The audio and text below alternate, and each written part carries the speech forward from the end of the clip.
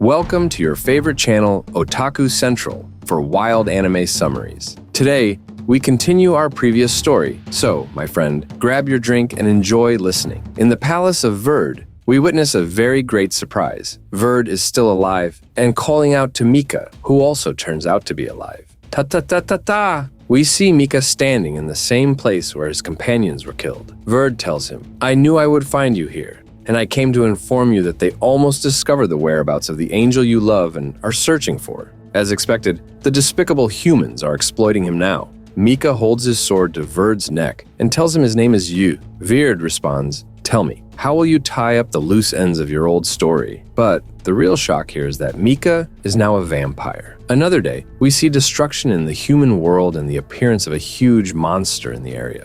People are fleeing in panic, and a girl falls to the ground, terrified of dying. Suddenly, Mika appears and kills the monster, and people talk about him as their protector. Meanwhile, another vampire appears, supposed to know Mika, and laughs, mocking the idea that they are protecting humans. They see humans as mere sources of blood, but overall you're as strong as ever. Tell me, is it true that you became a vampire when you drank Queen Coral's blood? Another vampire interjects, saying it's just a human-turned vampire, trying to take all the credit for this rescue campaign. Coolly, Mika says he's not interested in what they're planning, leaves them, and walks away. Later, the vampires gather with humans and tell them that as long as they protect this area, they will rule it, and the humans will be under their control, continuing to protect them in exchange for blood donations. At that moment, Mika stands alone, and the girl who was saved thanks him by offering her neck as a token of gratitude for saving her. Here, Mika recalls Yu's words about humans being treated like sheep, and realizes they must revolt and defeat these vampires. At that moment,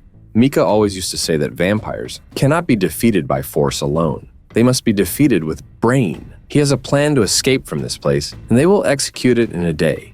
He also remembered the moment of death of all of his companions, and the escape of Yu. He was happy then that he managed to escape. After he fled while he was dying, Queen Coral entered and told the guards that this human, Mika, belonged to her. She sucked his blood from the ground and understood that he was close to death. She told Verd, who was lying on the ground, "Don't pretend and tell me what happened." He got up, laughed, and said to her, "You're still as sweet as you are." She told him, "And you still have a spoony laugh, like you always do." He replied, "I love you." She asked, "Or you love my power?" He replied, "I love that too, of course."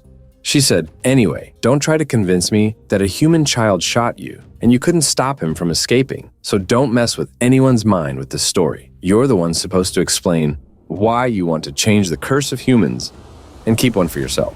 With a word from me in the council, you will be in danger," she said. "I didn't hear you." Before he could repeat his sentence, she hit him, cut his arm, and put her leg on his neck, saying, "If you repeat the sentence again, I'll cut your neck." He said, "Okay, I'm joking.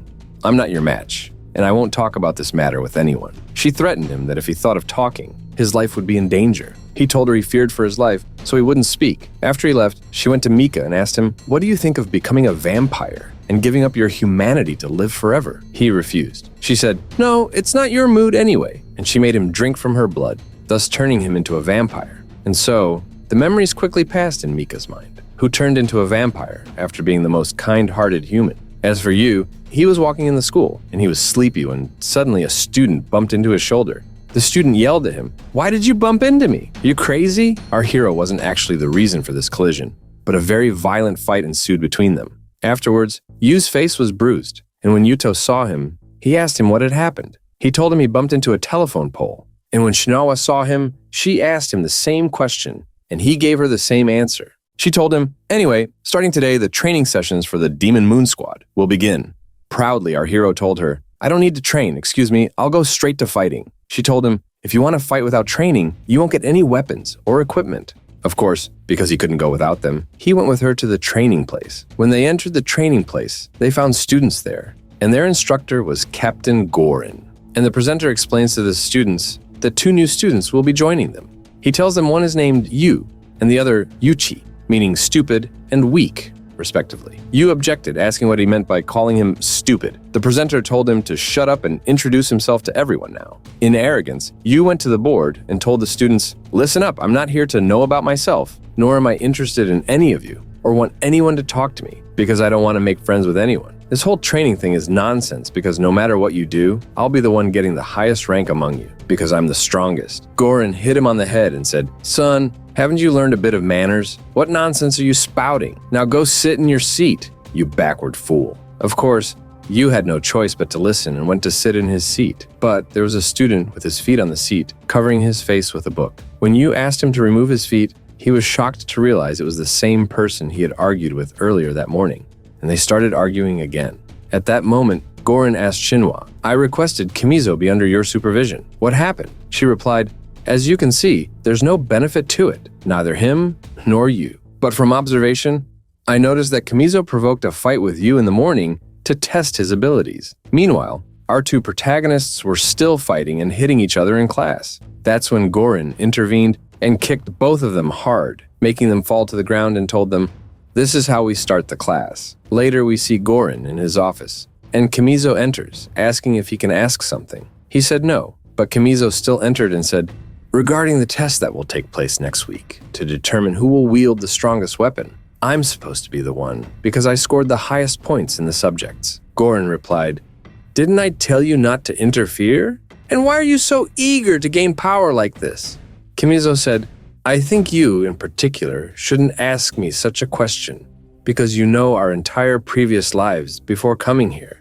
And he said, 'Oh, right, I forgot. You want to become stronger to cure your sister who's infected with the deadly virus, because of course, you'll receive greater care from the army. But in your current weak state, you won't be able to wield the strongest weapon, because the demons feed on people's desires.' Angrily, Kimizo replied, 'So you think the idiot you can do this?' Guren said, 'I don't know, but the idiot you're talking about managed to defeat a demon. And what's strange is that I notice he protects his friends.' Kimizo got annoyed and said, 'But I'm stronger than him.' Guren replied, 'Strength alone won't do. You need friendships to become stronger.' After that, he took out his sword, and the demon emerged from within him, saying, 'The thing demons love most is the despair and anger within humans. And in your situation, you'll easily be susceptible to demons' influence. So it's crucial to prioritize friendships. As days pass, our heroes undergo a test. One of the officers informs them they need to pair up for training and will be graded on it. Failing this test means not qualifying for the cursed weapon eligibility test. Yu then looks at Yuchi